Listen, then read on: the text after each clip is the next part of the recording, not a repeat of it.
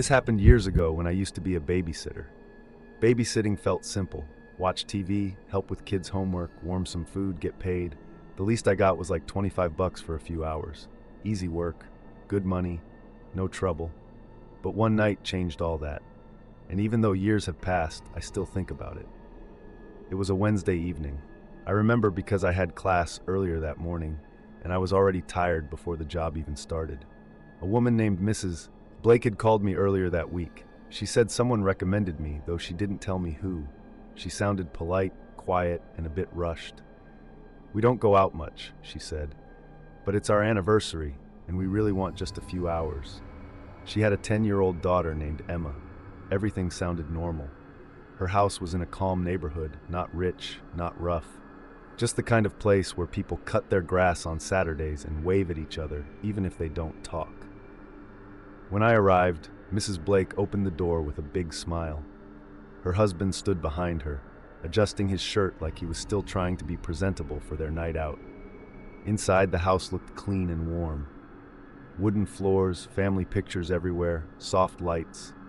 Emma was sitting on the couch reading a book. She looked like a sweet kid, quiet but friendly. Nothing about this house said problem. Nothing hinted at danger. If anything, it felt too normal. Mrs. Blake explained the rules. Dinner is on the counter. She can watch one movie before bed. She knows her bedtime. And Daniel, please keep the door locked. We've had a few break-ins in the area. She said it casually, like it wasn't a big deal. I nodded. They said goodbye to Emma, waved at me, and left. I locked the door behind them. For the first hour, everything was peaceful. Emma ate her dinner. She talked a little about school. She asked if she could watch a movie. We picked something light, nothing strange. Around 8:15 p.m. during the movie, I heard a car door outside. Not abnormal. People live on the street after all. But then I heard another sound, a slow, dragging sound across the porch, like someone was dragging their feet. I paused the movie. "Do you hear that?" I asked. Emma nodded. "That man came yesterday too." "What man?" I asked. She shrugged like it wasn't important. Moments later, someone tried the doorknob. A soft click, then another. Someone was checking if it was locked. Not a kid, not drunk, not a neighbor saying hello. Someone was testing the door. I didn't move. I just put my finger to my lips and signaled for Emma to stay quiet. We both listened. The knob clicked again. Then I heard breathing, slow breathing, right on the other side of the door. I didn't want to panic Emma, so I whispered, "Maybe your parents forgot something. Stay here." I stood up and walked quietly toward the door. When I reached it, I didn't open it. I just looked through the peephole, and my stomach dropped. A man was standing on the porch, tall, hood pulled tight, hands in his pockets. He wasn't knocking. He wasn't calling out. He was just standing there with his head down, like he was waiting for something. I stepped back from the door. Whoever he wasn't supposed to be there. I turned off the living room light to make it look like no one was home. Emma whispered, "Is he still there?" "Yes," I said honestly. That's one thing I've learned babysitting. Kids always know when you lie. We sat in the dark for a moment. I checked the peephole again. He hadn't moved. He was still just standing there, head down. Then he lifted his head, slowly, and stared straight into the peephole like he knew I was watching. I stepped back so fast I almost fell. Emma whispered, "He does that. Last night he stayed for a long time." My heart started beating like a drum. "Did you tell your parents?" "I told Mom," she said. But she said not to worry. She said the police said he was probably just confused. Confused? Standing silently on people's porches at night, testing doorknobs? I didn't buy it. I told Emma, "Okay, go upstairs. We're turning off all the lights, and you stay close to me, all right?" She nodded and took my hand. From then on, the night changed. We moved upstairs into her room. From her window, we could see part of the street. The man was still standing at the porch. Then he turned slowly and walked down the driveway. I felt a tiny bit of relief, but he didn't leave the property. Instead, he disappeared to the side of the house. I felt my chest tighten. I whispered, "Where's the back door?" "Through the kitchen." "And is it locked?" "I think so." I think. I told her to stay upstairs and rushed down as quietly as I could. The whole house felt different now. A little bit darker. I got to the kitchen, and before I even reached the door, I heard it, the back doorknob, turning, slowly. For a moment, I couldn't breathe. Whoever he was, he had moved around the house silently. No footsteps, no talking, just slow, careful touches on every door. I tiptoed closer. I didn't dare make a sound. Then I saw the lock, unlocked. I felt a cold rush from my neck to my back. I pressed the lock down as fast as I could. The second I did it, the handle jerked hard like he had just tried to open it at the exact same time. Then everything stopped. Total silence. I backed away from the door, my hands shaking. I ran upstairs to Emma. "What happened?" she whispered. "Don't worry," I lied. "I locked it." But deep down, my body was screaming. I grabbed my phone and dialed 911. I explained everything. The operator said, "Stay upstairs, stay quiet, lock the bedroom door. Officers are on the way." I stood at the window with Emma behind me, and that's when I saw something that nearly stopped my heart. The man had walked around again, to the front of the house, and was standing by the porch light. But he wasn't looking at the house now. He was looking up at us, at the window where we stood. I pulled Emma back. He couldn't see clearly from that distance, but it didn't matter. He knew someone was inside. He walked over to their car, the Blake's car, and leaned down like he was checking underneath it. Then he walked to the sidewalk, then back to the house.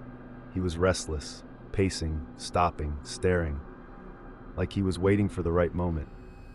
After what felt like an hour, but was probably 12 minutes, 2 police cars came down the street, blue and red lights flashing.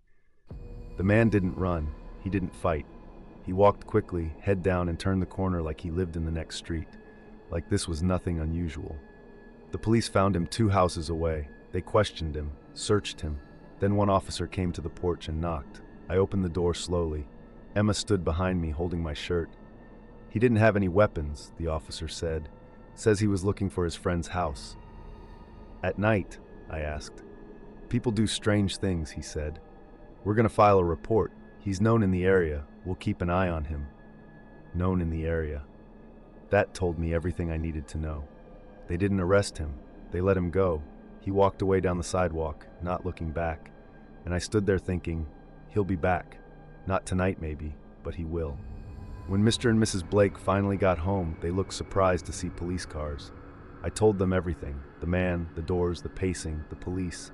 Mrs. Blake looked embarrassed more than scared. "Oh, him again?" she said softly. "He's come before. We didn't want to scare Emma." I couldn't believe it. "You should have told me," I said. "You should have warned me." She apologized, but it felt empty. They paid me extra that night, told me they appreciated my help, but I wasn't thinking about money. I was thinking about the quiet man walking around the house, testing doors, looking at the windows, knowing a child and a young babysitter were inside alone, and that was enough for me. The world has people who do some random things, and sometimes that's a whole lot scarier.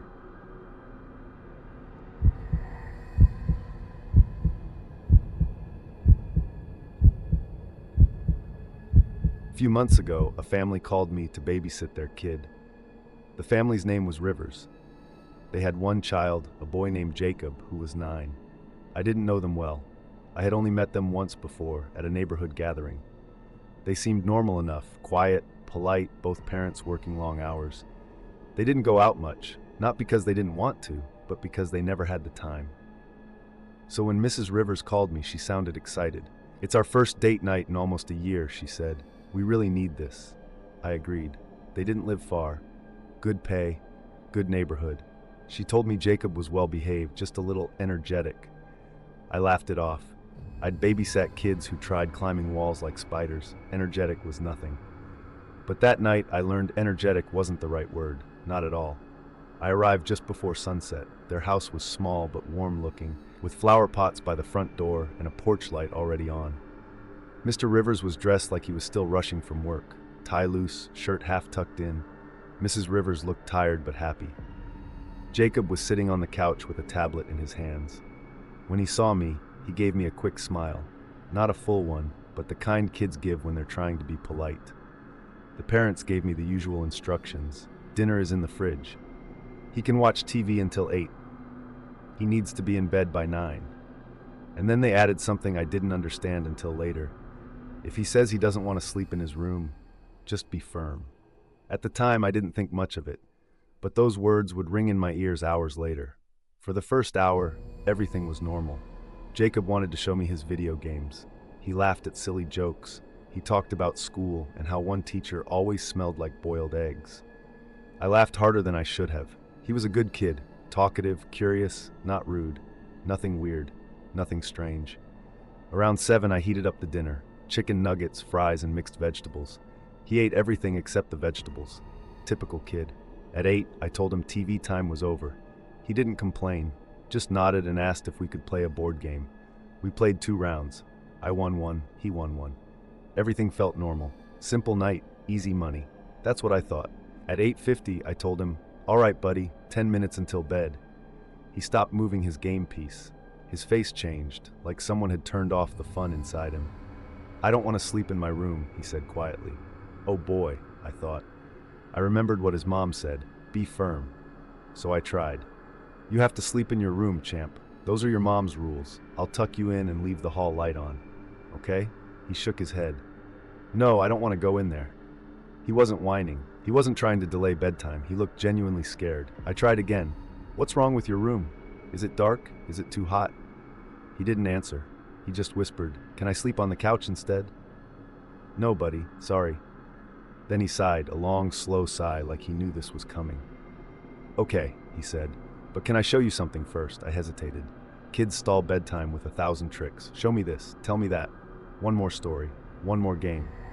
I was sure this was another trick, but something about his face, about the way he held his hands together, made me say, "All right, show me." He stood up and took my hand, and we walked toward his room. Jacob's room was the second door on the left. He stopped right in front of it. I put my hand on the doorknob. "You okay?" I asked. He nodded, but he didn't look okay. I opened the door. The room looked normal enough. Small bed, bookshelf, desk, posters on the wall. Nothing scary. Everything a 9-year-old boy should have. But Jacob didn't come inside. He stayed at the doorway, holding the door frame with both hands. "What do you want to show me?" I asked. He pointed to the corner of the room, the corner behind the desk. I walked over. Nothing there, just dust and a few toys. But he whispered, "Look under the desk." So I bent down. Still nothing. But then I noticed the carpet. A small part of it was torn up, like someone had pulled at it with their fingers. I looked back at him. "Did you do this?" He shook his head quickly. "No, I found it like that." "Okay, so what's under it?" He swallowed hard. "Please lift it." I slowly pulled the torn piece of carpet back. That's when I saw it. Under the carpet, on the wooden floor, were scratches. Deep scratches. It was too deep for a kid's fingernails.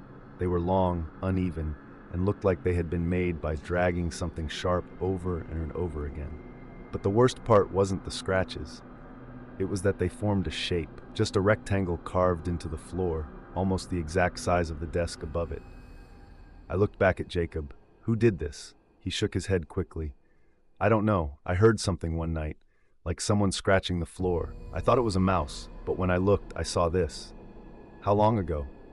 3 weeks. "Why didn't you tell your parents?" "I did. Mom said it was old damage.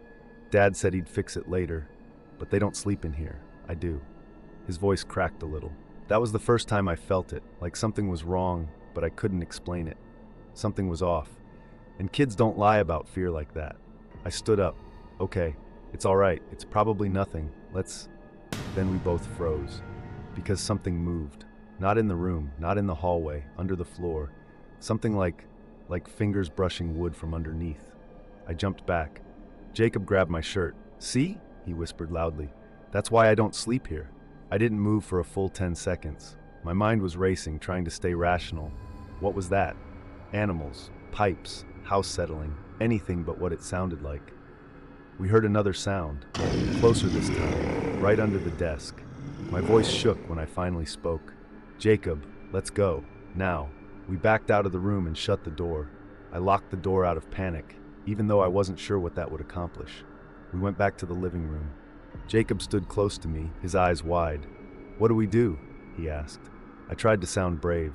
"It's nothing serious, buddy. Probably an animal under the floor. Happens in old houses." "This house isn't old."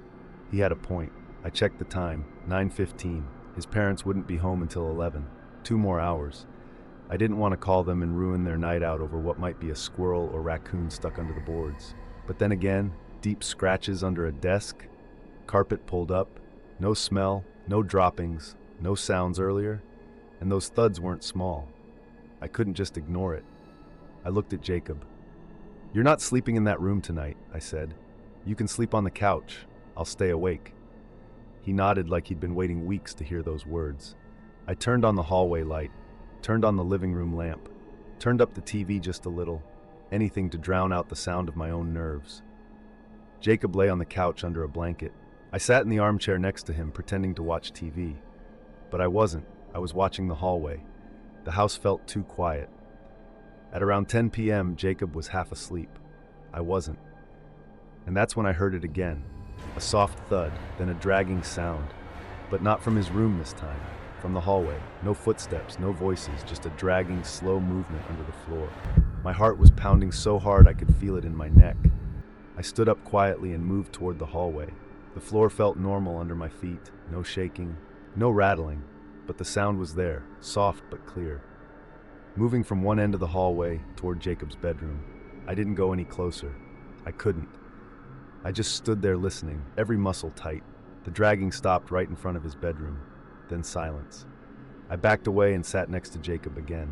I didn't tell him. He was better off not knowing. When Mr. and Mrs. Rivers walked in just before 11, I almost hugged them. Jacob woke up just as they entered. "Mom," he said softly, "I don't want to sleep in my room anymore." She sighed, tired. "Jacob, we've talked about this. There's nothing wrong with your—" "No," I said quietly. "There is something wrong." They both looked at me. "Under the carpet," I said. "Under the desk. Scratch marks, deep ones, and something moving under the floorboards." Their faces changed instantly. Their eyes met for a second, quick but meaningful. They knew something. Mrs. Rivers bit her lip. Mr. Rivers rubbed the back of his neck. Then he said, "We didn't want to scare him, or anyone. The people who lived here before us, they complained about noises too. We thought the house just had some old pipes or, I don't know." He didn't sound convinced. Mrs. Rivers turned to Jacob. "It's okay, baby. You can sleep in our room tonight." Jacob nodded, relieved. They thanked me and paid me, but I could tell they were worried. Really worried.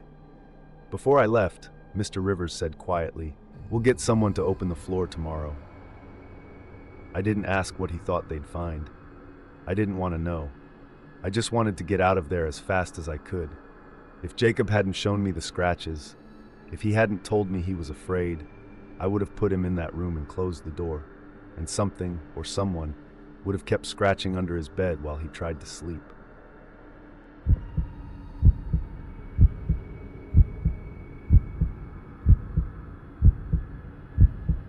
Three years ago, I had the absolute worst babysitting moment of my life. And to be totally honest, I'm still surprised how I managed to survive and keep the kids safe, especially with how loud they were. Because trust me, kids never know how to shut the hell up when trouble comes knocking. Anyways, let me start from the top. The parents, Mr. and Mrs. Dane, were going out to some late dinner event. I had babysat their two boys, Tommy, 7, and Isaac, 5, a few times before. Good kids. Loud but good. They lived in one of those quiet neighborhoods where people forget to lock their doors sometimes because nothing ever happens here. You know the type. Nice lawns, friendly neighbors, a little too peaceful. But that night, that peaceful street felt like it was just holding its breath. The Danes left around 8:30 p.m. I locked the door behind them and double-checked all the windows. I wasn't even scared. It's just something I always do. I like to know what I'm working with. The boys were in the living room, watching cartoons and arguing about who smelled worse. For the record, Isaac definitely smelled worse. I just didn't want to crush the boys' self-esteem. Everything was normal. For a while. Around 9:40, after I finally forced the boys into bed, I came back downstairs with my phone and a bowl of cereal. I had barely sat on the couch when someone knocked at the front door. It wasn't a soft knock either. It was heavy, slow, like someone testing the door. Boom, boom, boom. I froze with my spoon halfway to my mouth. Another knock.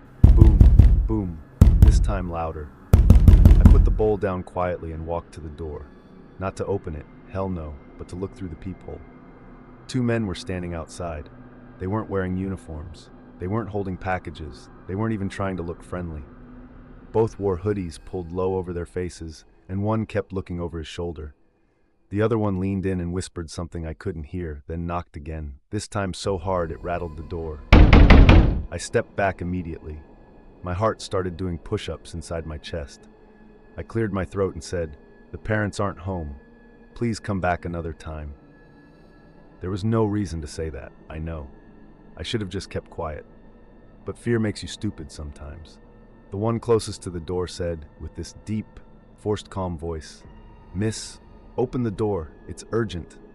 "Urgent, please." I shook my head even though he couldn't see me. "Sorry, I can't do that. Please leave." There was a long silence. Then the man said, "We aren't leaving." And he wasn't joking. I started backing away from the door. Then I heard footsteps, not walking away, walking around the house. I rushed to the stairs. "Okay, nope, we're not doing this tonight," I whispered to myself. I ran upstairs and found the boys still awake. Of course, Isaac jumping on the bed, Tommy trying to catch him like he was hunting a small squirrel. "Hey, hey!" I yelled. "Both of you, get over here." They paused, finally seeing my face. Tommy frowned. "What's wrong?" "Shh, quiet. We're playing a new game." Isaac's eyes lit up. "That boy loves nonsense." "A hiding game," I said, "and whoever stays the quietest wins. But you have to be completely silent, okay? Like statues. No noise, not even a fart." "Even a small fart?" Isaac whispered. "Yes, especially a small fart. Small farts betray you." They giggled and I grabbed each of them by the hand and moved them into the parents' walk-in closet. It was the safest room in the house because it had no windows. I closed them in and whispered, "Don't come out unless I say so. And no matter what you hear, stay quiet." Tommy nodded. Isaac saluted like a tiny soldier.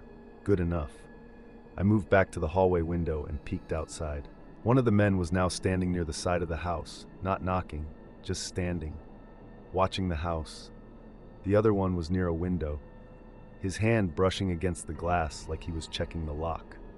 I ran back to the closet and grabbed my phone. Dialing 911 has never felt so slow. 911, what's your emergency? "Hi, I'm a babysitter. The parents aren't home. 2 men are trying to get into the house. They already went around the back. I don't know what they want, but they're checking the windows."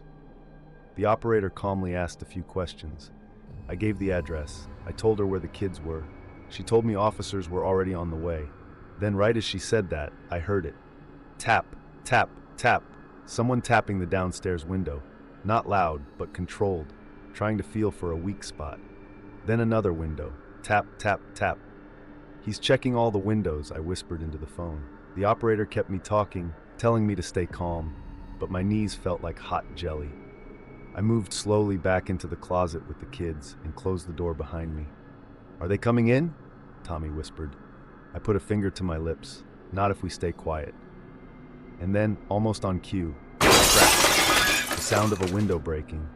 Both kids jumped and Isaac clapped a hand over his mouth to stop himself from screaming. I pulled them close, my heart pounding so hard I felt dizzy. "They're inside the house," I whispered to the operator. The operator's voice stayed calm, which honestly helped me stay sane. "Officers are 2 minutes away. Stay where you are. Stay quiet." 2 minutes is not long, but when someone has broken into the house you're in, it feels like a lifetime. I heard them clearly now. Footsteps. Slow, searching. These men weren't in a hurry. They thought we were downstairs. They thought nobody had called the police. One of them said, "Check the rooms." That voice was rough.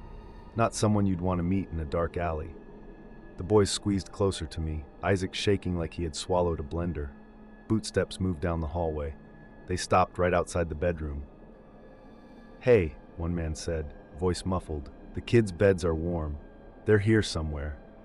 My entire body went cold. I pressed the boys' faces into my shirt so they wouldn't look toward the door. "Please don't open the closet," I begged in my mind. "Please don't open it." The doorknob clicked, not the closet, the bedroom door. I heard the man walk further inside. Then I heard him open the dresser drawers. He was checking everywhere, every small space, every corner. Then footsteps coming straight toward us. Slow, dragging steps. The closet door was right in front of him. I could hear his breathing. I swear to you, I could hear him breathing. Isaac trembled again and I put a hand over his mouth gently. Tommy squeezed my arm so tight my fingers went numb. The man put his hand on the closet door. Then, sirens. Loud. Close. Maybe 20 feet from the house. The man stopped. I heard the other one shout from downstairs, "Cops!" Move!